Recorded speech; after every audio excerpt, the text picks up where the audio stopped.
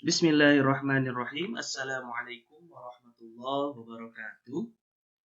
Anak-anakku sekalian, pada pembelajaran sebelumnya kita sudah mempelajari tentang iman kepada hari akhir. Pada hari ini kita akan mempelajari rukun iman yang selanjutnya, yakni iman kepada qada dan qadar. Apa itu iman kepada qada dan qadar? Kita akan bahas terlebih dahulu makna qada dan qadar. Secara bahasa, qada artinya ketetapan, qadar artinya kepastian.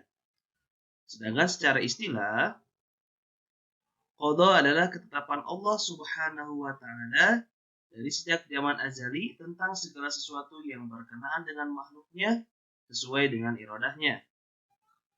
Sedangkan qadar adalah perwujudan ketetapan qada itu terhadap segala sesuatu yang berkenaan dengan makhluknya. Artinya, qada adalah takdir yang sudah Allah tetapkan sebelum segala sesuatu tercipta. Jadi maksudnya sebelum Allah menciptakan manusia, Allah telah menulis bahwa contoh si Udin akan meninggal pada umur sekian. Nah, itu kodoknya. Ketika si Udinnya meninggal, maka disebut qadar. Gitu. Jadi ketetapannya disebut kodok, perwujudan ketetapan atau perwujudan kodok itu disebut dengan qadar. Kemudian selanjutnya, Allah Subhanahu wa taala berfirman, "Ma asaba min musibatin fil ardi wala fi anfusikum illa fi kitabim min qabli an nabra'aha inna dzalika 'ala Allahi yasir." Setiap bencana yang menimpa di bumi dan yang menimpa dirimu sendiri semuanya telah tertulis di dalam kitab Lauhul Mahfuz sebelum kami mewujudkannya. Sungguh yang demikian itu mudah bagi Allah. Artinya, dalil Al-Qur'an ini surah Al-Hadid ayat 22 menjelaskan bahwa sesungguhnya Allah Subhanahu wa taala telah mentakdirkan segala sesuatu, telah menuliskan ketetapannya. Ini adalah dalil Al-Qur'annya. Nah, istilah qadar itu dapat disebut juga dengan takdir. Nah, takdir ini ada dua. Yang pertama, takdir mu'allaq, dan yang kedua adalah takdir mubrom. Apa itu takdir mu'allaq? Takdir mu'allaq adalah takdir yang masih digantung di Lauhul Mahfuz, yakni artinya takdir ini berkaitan erat dengan ikhtiar manusia. Sedangkan takdir mubrom itu adalah sesuatu yang sudah ditetapkan, tidak ada sangkut pautnya dengan ikhtiar manusia, dan memang Allah menentukannya secara mutlak. Contohnya bisa diperhatikan gambar berikut ini. Yang pertama, ada orang yang makan. Yang kedua, bayi ketika dilahirkan. Nah, gambar yang pertama termasuk takdir mu'allaq. Kenapa? Karena makan itu takdir yang berkaitan dengan ikhtiar manusia. Contoh, kamu dikasihkan nasi depan kamu, tapi kamu tidak ada keinginan untuk ambil nasi tersebut, bisa makan tidak? Tidak. Maka takdir ini, takdir makan seseorang itu disebut takdir mu'allaq karena masih berkaitan dengan ikhtiar manusia. Ada ikhtiar manusia di dalam. Sedangkan yang kedua, takdir mubrom. Gambar bayi terlahir.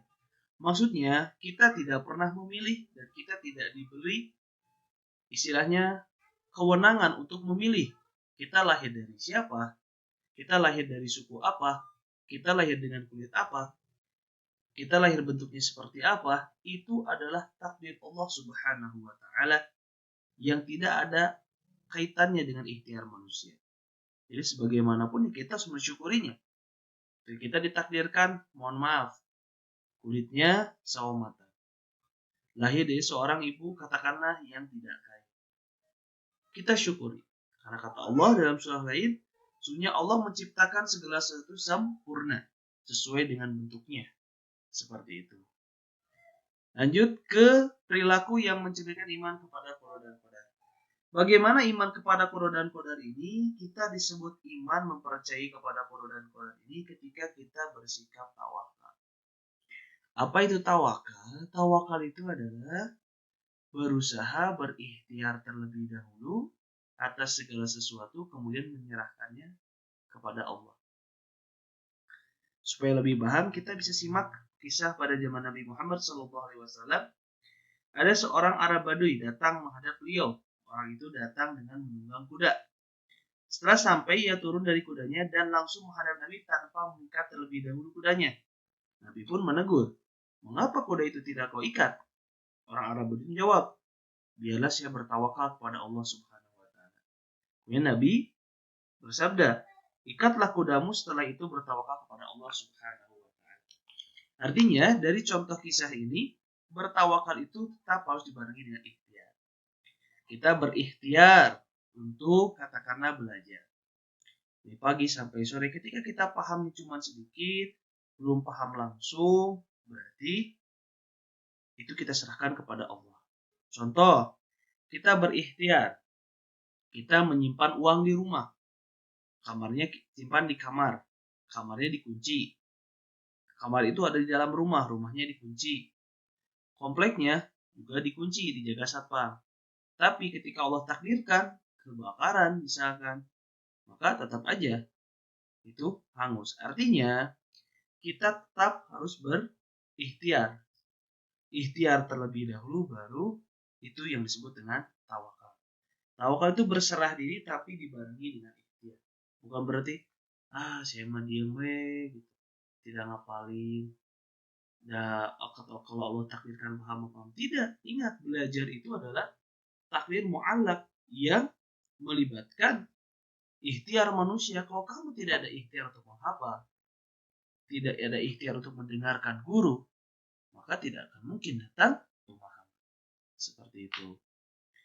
Itu yang bisa Bapak sampaikan. Jika ada pertanyaan, boleh nanti ditanyakan di sesi tanya jawab pada aplikasi Zoom. Sekian, terima kasih. Wassalamualaikum warahmatullahi wabarakatuh.